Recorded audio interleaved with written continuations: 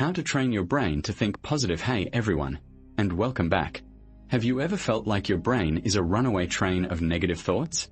You wake up, and before you even have your coffee, you're already worried about work, stressed about a deadline, or replaying a mistake you made last week.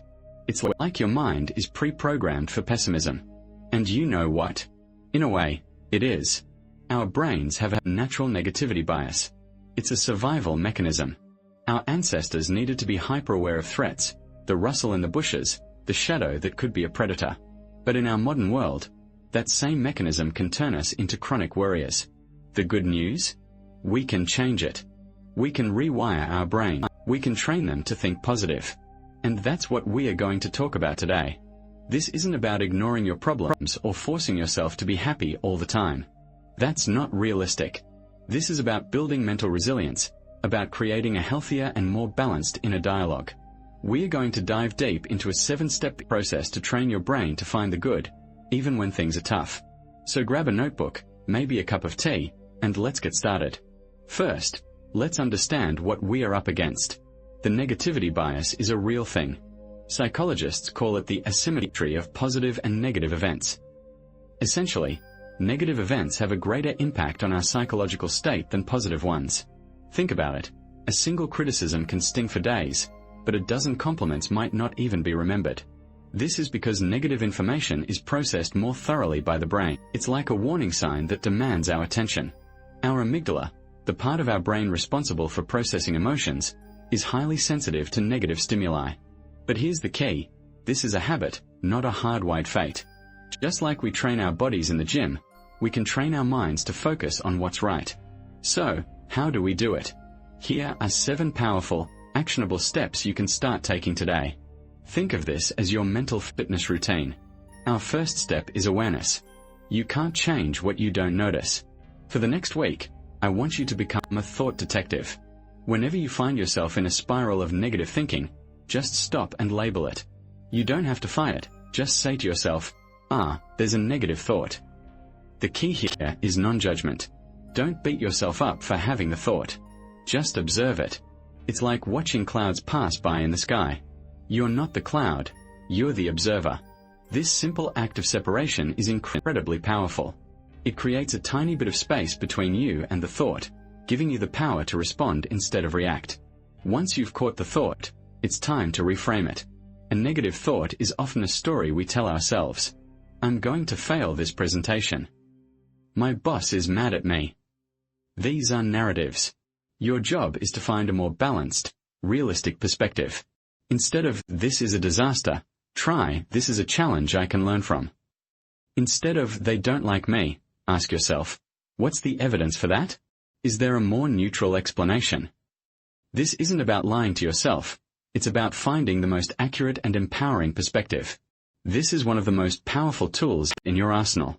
Gratitude isn't just a fluffy, feel-good concept. It's a scientific mind-shifting practice.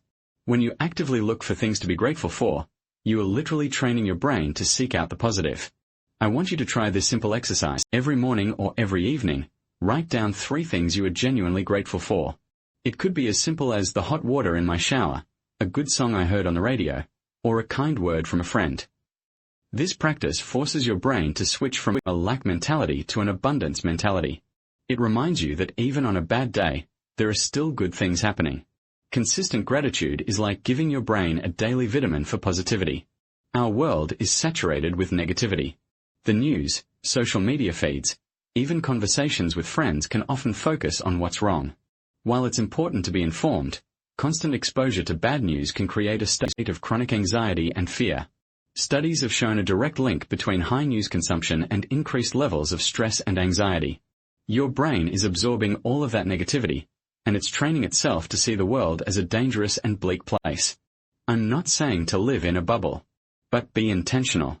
Instead of mindlessly scrolling through negative headlines, set a specific time to check the news, and then turn it off. Follow accounts that inspire you. Be the gatekeeper of your own mind. This one is huge. The people you spend the most time with have a profound impact on your mindset. If your friends constantly complain, gossip, and see the worst in every situation, it's going to rub off on you. This isn't about abandoning your friends, but it is about being more mindful of who you're letting into your inner circle and how their energy affects you. Seek out people who are optimistic, who support you, who celebrate your wins, and who look for solutions instead of dwelling on problems. Positive energy is contagious. Mindfulness and meditation are not just for gurus. They are a form of mental training. They teach you to be present, to observe your thoughts without getting swept away by them. When you meditate, you're practicing a very specific skill, the ability to notice a thought and let it go. You're building that observer muscle we talked about in step 1. This skill is critical for detaching from negative thought patterns. Start with just 5 minutes a day. Use an app, or just sit quietly and focus on your breath. When a thought comes, just notice it, and gently return your focus to your breath. You're essentially training your brain to say, "I see you, thought, but I don't have to follow you down that rabbit hole." Finally, the most important step, taking action. Negative thoughts often thrive in a state of paralysis and inaction. I can't do this. It's too hard. These thoughts can prevent us from even trying. When you take even a small step, you create a positive feedback loop. For example, instead of thinking, "I'll never get this project done," you can break it down into one small, manageable task. I will write the first paragraph. When you complete that one small task, your brain gets a hit of dopamine. It says, "Hey, I did it." This small success builds confidence and momentum, making it easier to take the next step. Positive thinking isn't just about changing your thoughts. It's about changing your behavior to create more positive evidence for your brain to focus on. I want to be clear, this isn't a quick fix. You won't wake up tomorrow and suddenly be a perfectly positive person. This is a practice. It's a lifelong commitment to being kind to yourself and your mind. There will be days when the negative thoughts feel overwhelming. You'll slip up. You'll get frustrated. That's okay. The key is to get back on track. A few bad days don't erase the progress you've made. Think of your brain like a garden. If you let it go, weeds will grow naturally. Those are the negative thoughts. But if you actively tend to it, if you pull the weeds, catch the negative thoughts, plant new flowers, practice gratitude, and water them, take positive action, you will create a beautiful, thriving space.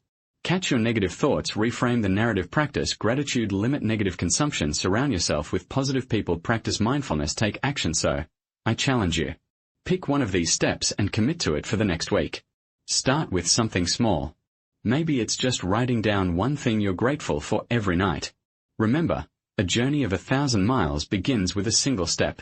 You have the power to change your mind, and in doing so, you can change your life.